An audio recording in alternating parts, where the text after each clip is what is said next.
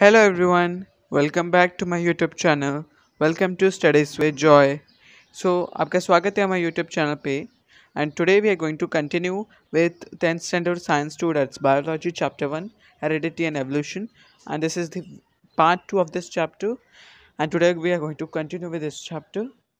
And if you have not watched the part 1 in which we have done the many basic concepts of this chapter, then do watch it first and then watch this video, because then only you will understand the further concepts and more higher concepts. And also in part 1 we have done a very important process, that's transcription, translation and translocation, that's protein synthesis.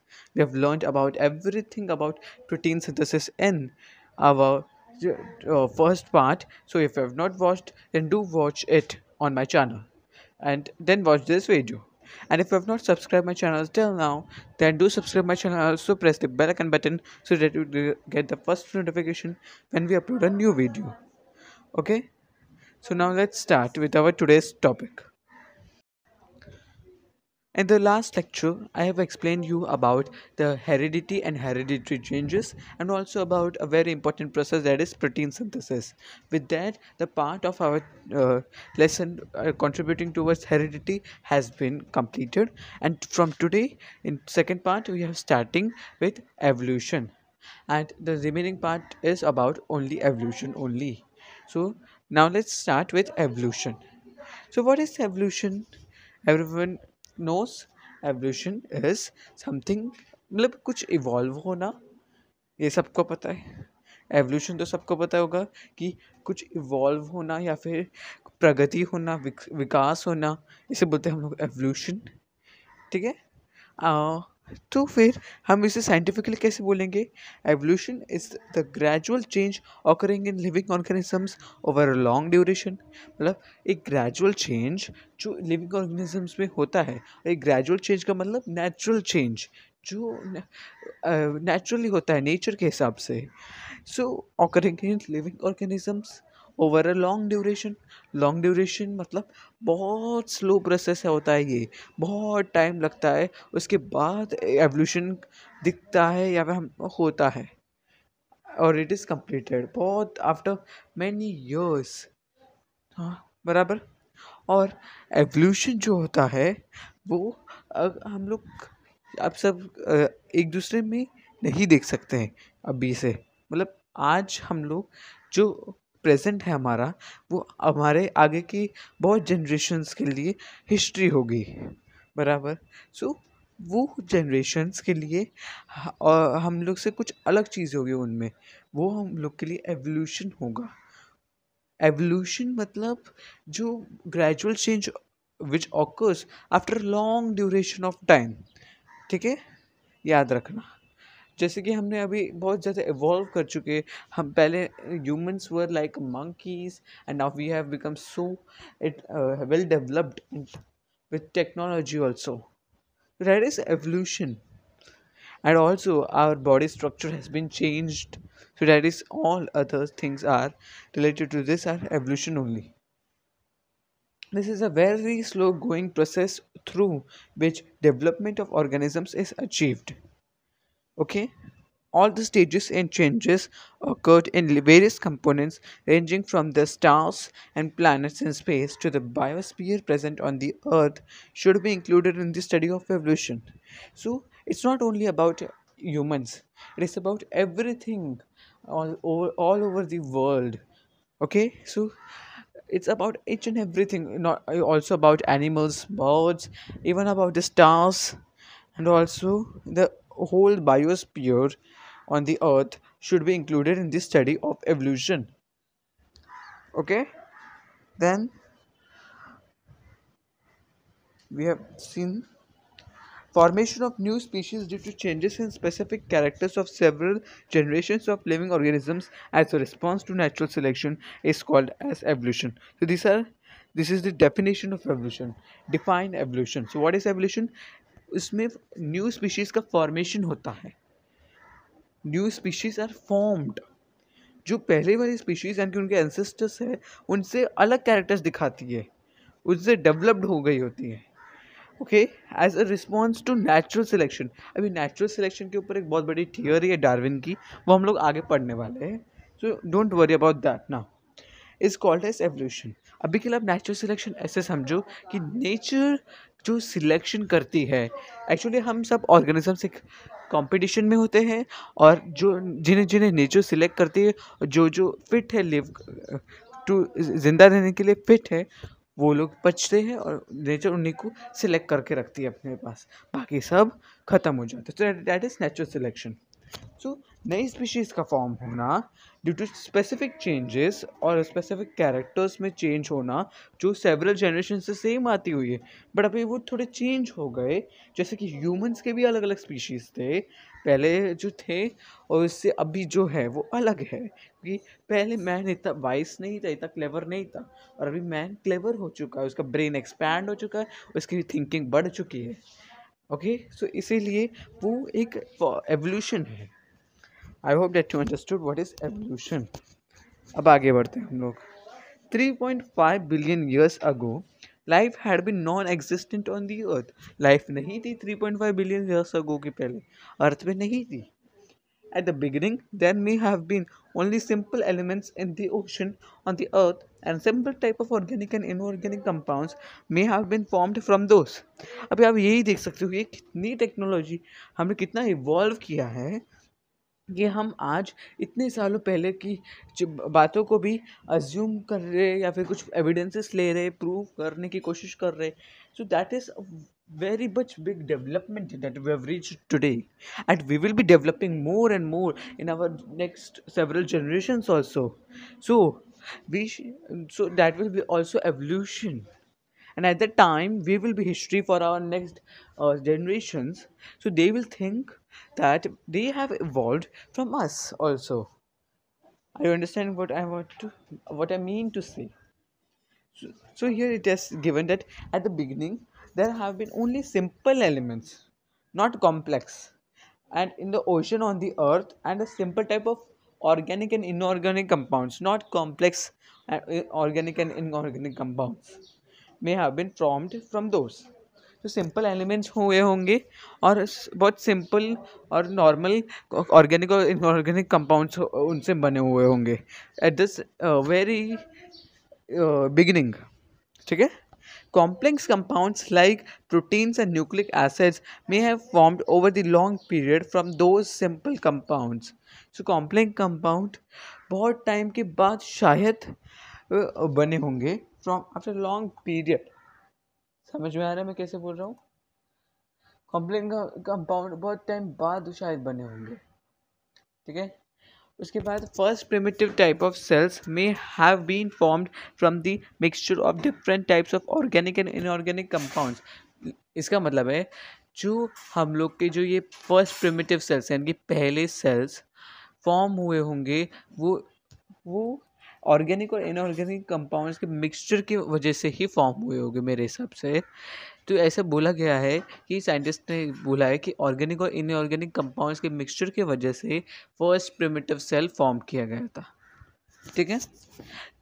Number of those cells may have increased at the cost of surrounding chemicals. तो वो cells अपने आप increase होने लग गए, and that may had been some differences among those cells, and according to the principle of natural selection, some may have shown good growth and some may have perished which could not adjust with the surrounding.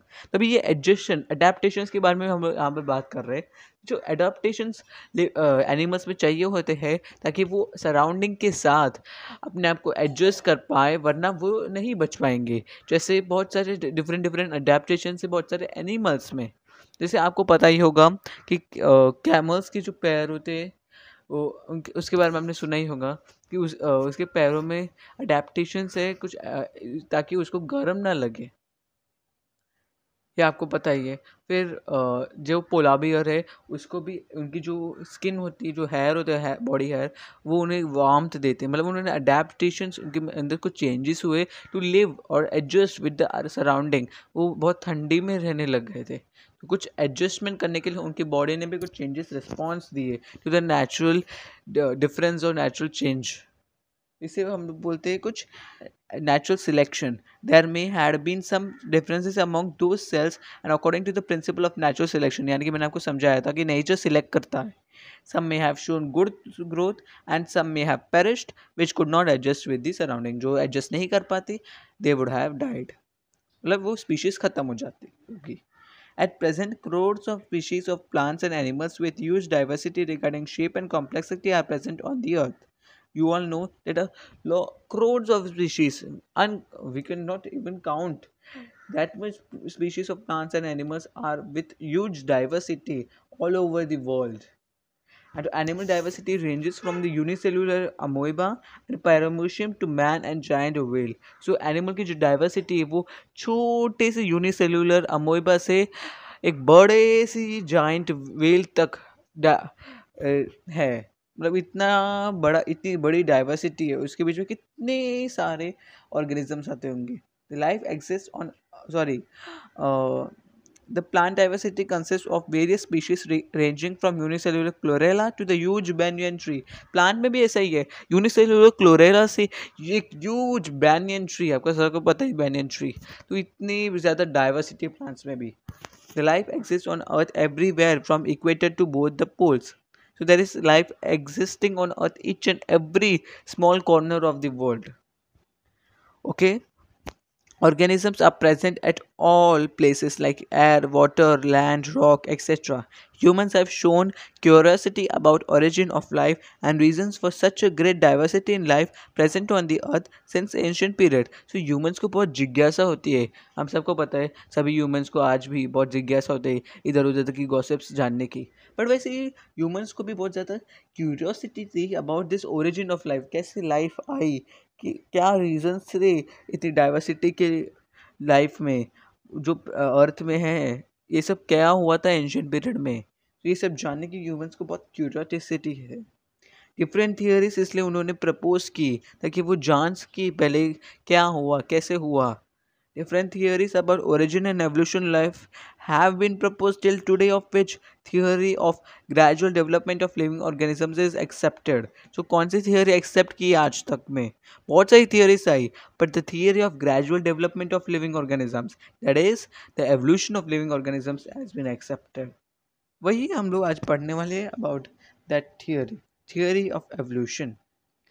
According to this theory, first living material protoplasm has been formed in ocean. First living material कौन सा है? Protoplasm. Protoplasm means an organism which has cytoplasm and nucleus. Together we call as protoplasm. उसमें cytoplasm भी और nucleus भी है, उसे हम बोलते हैं protoplasm. और वो था first living material which has been formed in where?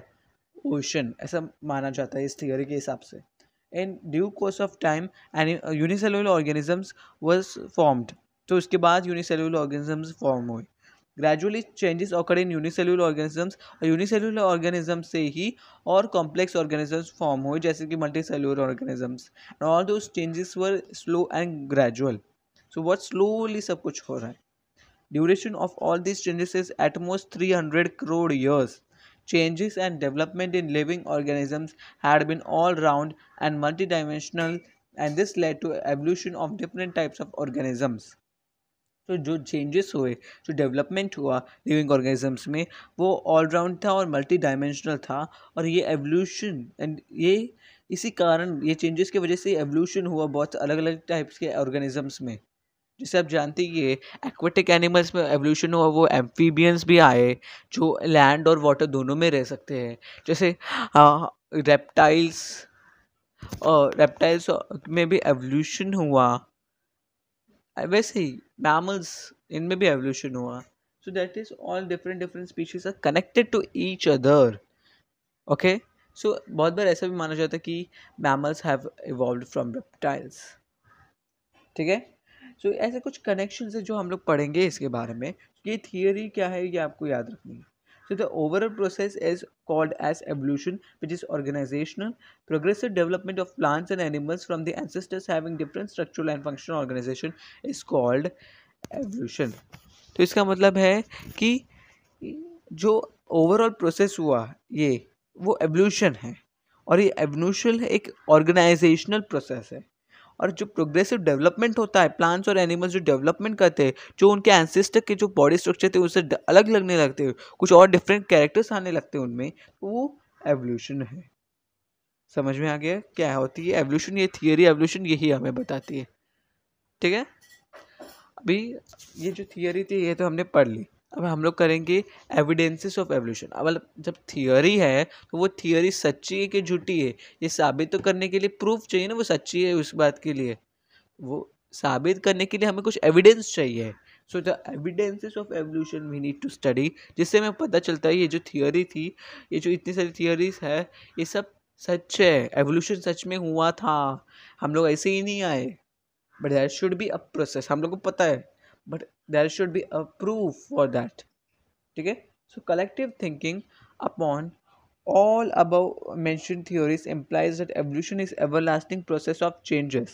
However, it needs proof to prove it. Following up proofs, various proofs available in support of the theories mentioned above. So हमें पता है कि evolution हो रहा है, but we need to give a proof so that we can get that this theory is the correct, because it's an appropriate proof has been given to us. अब हम लोग प्रूफ्स देखेंगे, बहुत 6 टाइप के proofs हैं।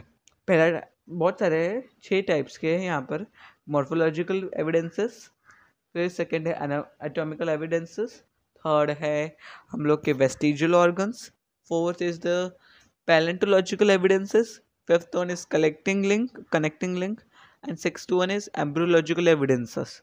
तो हम लोग ये 6 पढ़ने वाले हैं। तो सबसे पहले आता है मॉर्फोलॉजिकल एविडेंसेस। अब ये जो मॉर्फोलॉजिकल एविडेंसेस होते हैं, इसका मतलब कि मॉर्फोलॉजिकल यहाँ पर हमें बताता है स्ट्रक्चर ऑफ बॉडी। तो जो अलग अलग एनिमल्स हैं उनमें अगर हम गौर से देखें, जो उनका body structure, face structure, outer structure जो है वो बहुत सिमिलर होता है। जैसे कि हम यहाँ पर देख सकते हैं, ये 3 एनिमल्स में जो नॉस्ट्रल्स का यानी कि नोज का जो स्ट्रक्चर है वो कितना सिमिलर है। ये देख सकते हैं यहाँ पर भी, यहाँ पर भी और यहाँ पर भी। कान भी देख सकते हैं, वो भी स्ट्रक्चर कितना सिमिलर है। तो ये सब सिमिलैरिटी है। यहाँ पर लीव्स में हम यहाँ पर देख सकते हैं लीव के जो venations, parallel venation, reticular venation, तो इनमें भी जब सिमिलैरिटीज़ होती हैं तो हमें मालूम पड़ता है कि ये सब एक कोई कॉमन एंसेस्टर से शायद बने हैं, शायद डेवलप हुए हैं ये स्पीशीज़, ऐसे हमें लगता है। चलिए उसके बारे में पढ़ते हैं, मॉर्फोलॉजिकल एविडेंसेस के बारे में। Various similarities like structure of mouth, position of eyes, structure of nostrils and ear pinnae and thickly distributed hairs on body are seen in animals, whereas similarities in characters like leaf shape, leaf venation, leaf petiole, etc. occur in case of plants. So हम लोग के जो animals हैं उनमें बहुत सारे structures, जो outer structures है, जैसे कि structure of mouth, position of eyes, then structure of nostrils, हम लोग के नाक का स्ट्रक्चर, ईयर पिने, ये सब में बहुत सिमिलैरिटीज़ दिखती है कुछ एनिमल्स में। तो फिर हमें लगता है कि वो एनिमल्स का कोई कॉमन एंसेस्टर हो सकता है जिससे वो अलग अलग स्पीशीज़ में डिवाइड हो गए। And also in plants, in case of plants, like leaf shape, leaf venation, leaf petiole, इन सब में सिमिलैरिटीज दिखती है। तो हमें प्लांट्स के बारे में और उनकी स्पीशीज के बारे में वैसे पता चलता है, ठीक है। So this indicates that there are some similarities in those groups and hence it proves that their origin must be same and must have common ancestors. तो ये प्रूव करता है कि कुछ सिमिलैरिटीज़ हैं इन ग्रुप्स में और उनका जो ओरिजिन था, जो उनके एंसेस्टर्स है वो शायद सेम होंगे और उन्हीं से वो अलग अलग। और ऐसा हम लोग ऐसा भी सुनते हैं बहुत बार कि बिल्ली cats have been evolve from tigers, वो एक ही जात के, एक ही एंसेस्टर्स उनके वही है, ऐसा बोलते बहुत बार। तो ऐसा क्यों बोलते? क्योंकि हम लोग को पता है कि ऐसा है, मॉर्फोलॉजिकल एविडेंसेस की वजह से एवोल्यूशन, ठीक है। ये थी मॉर्फोलॉजिकल एविडेंसेस। अब लोग नेक्स्ट सेकेंड टाइप में जाते हैं। अब यहाँ पर आप कुछ स्ट्रक्चर्स देख रहे हैं, ये अभी ये एक्सटर्नल स्ट्रक्चर्स नहीं है, ये इंटरनल स्ट्रक्चर्स है। जैसे कि ह्यूमन हैंड, उसका बोन है, this is a structure of cats 4 leg, then patagium of bat, flipper of whale. तो ये जो सारे स्ट्रक्चर्स है ये बोन स्ट्रक्चर है उन एनिमल्स के। पैटेजियम ऑफ बैट, ये आपको पता ही होगा, जिसकी मदद से वो उड़ता है, तो वहाँ पर उसके कुछ स्ट्रक्चर्स है। फ्लिपर ऑफ व्हेल, तो ये जो बॉडी स्ट्रक्चर्स है इनमें कुछ ज़्यादा एकदम सिमिलरिटी नहीं दिख रही, बट इनके जो जॉइंट्स हैं, उनके जो बोन में जो जॉइंट्स होते हैं और वो स्ट्रक्चर्स है, उनमें सिमिलैरिटीज़ कुछ कुछ है। सो इन्हें हम एनाटॉमिकल एविडेंसेस बोलते हैं। मॉर्फोलॉजिकल एविडेंस में हम लोग उनका आउटर स्ट्रक्चर देखते थे, एनाटॉमिकल एविडेंस में हम लोग उसका इनर बॉडी स्ट्रक्चर देखेंगे। If you carefully observe the pictures, there doesn't seem any superficial similarity between human hand, foreleg of ox, flipper of whale and patagium of bat. So कुछ एकदम बड़ी similarity नहीं दिखती हम लोग को इन चारों में, but similarly use of each of those structures is different in respective animals. उनके uses भी अलग है सब में. However, there is similarity in structure of bones and bony joints and organs of each of those animals. So फिर भी कुछ similarities है जो उनके bones और bony joints में हमें दिखती हैं. This similarity indicates that those animals may have common ancestor. ये हमें बताती है कि शायद वो animal के भी कुछ common ancestors थे, उनके भी common ancestors थे. जैसे हमने अभी यहाँ पर जिन जिन के देखे, human hand, cat's foreleg, patagium of bat, flipper of whale. So ये माना जाता है ये सभी मैमल ग्रुप में आते हैं, बैट, व्हेल, और वो ह्यूमन हैंड से सिमिलैरिटीज दिखाते हैं. सो इसीलिए ये हमने एनाटॉमिकल एविडेंसेस ये प्रूव भी कर रहे हैं हमें ये बात. तो इस तरह ये एनाटॉमिकल एविडेंसेस थे जो हमें बताते हैं अबाउट इंटरनल स्ट्रक्चर की वजह से हम लोग को, उनकी सिमिलैरिटीज़ की वजह से हम लोग को मालूम पड़ता है that there was an evolution, और उसके बाद ये अलग हो गए but they would be having a common ancestor in the past. Next is third type of evidence of evolution, that is vestigial organs. अब वेस्टिजियल ऑर्गन्स मतलब क्या होता है? डीजेनरेटेड और underdeveloped useless organs of organisms are called as vestigial organs. मतलब जो useless organs होते हैं, हमारी बॉडी में कितने सारे ऑर्गन्स हैं. अब ये जो ऑर्गन्स है जितने भी हमारे बॉडी में, वो क्या सब काम करते, सब फंक्शनल है? ऐसा ज़रूरी नहीं है. और हमारी जो बॉडी, ह्यूमन बॉडी में भी कुछ यूजलेस ऑर्गन्स भी है जो ऐसे ही पड़े, उनका कुछ काम नहीं, फिर भी ऐसे ही है. That is also proof of evolution. हाँ, पहले वो काम आता था और अब आज कुछ काम का नहीं है, कि हम एवोल्यूशन बोलते हैं. Vestigial organs. In living organisms, sudden development of new tissues or organs for living in changing environment is not possible. Instead, existing organs undergo gradual changes. मतलब इन जो लिविंग ऑर्गेनिजम्स होते हैं उनमें अचानक से कोई डेवलपमेंट नहीं हो सकता, नए टिश्यूज नहीं बन सकते, कुछ नया ऑर्गन अचानक से नहीं आ सकता. यू कैन जस्ट इमेजिन, ऐसा थोड़ा ना हो सकता कि इन द नेक्स्ट जनरेशन आप लोग के बच्चों में अचानक से कोई नया ऑर्गन आ गया आपसे अलग. अचानक से तो ऐसा पॉसिबल नहीं है, वो बहुत सेवरल जनरेशन्स में फिर चेंजेस होते हैं, उसके बाद आता. तो ऐसी सिचुएशन में जब ज़रूरत पड़ती है चेंजिंग एनवायरनमेंट के साथ एडजस्ट करने के लिए, तब जो एग्जिस्टिंग ऑर्गन्स ही है ना हमारे जो बॉडी में, वही कुछ gradual changes, they undergo some gradual changes, उसमें कुछ चेंजेस होते हैं. Mostly specific structure in the body is useful under certain situation. तो अलग अलग सिचुएशन में एक स्पेसिफिक स्ट्रक्चर जो बॉडी का होता है वो यूजफुल होता है. However, same structure under different situation may become useless or even harmful. वही स्ट्रक्चर कभी कभी यूजफुल भी होता है और कभी कभी हम लोग के लिए दूसरे सिचुएशन में हार्मफुल भी बन जाता है.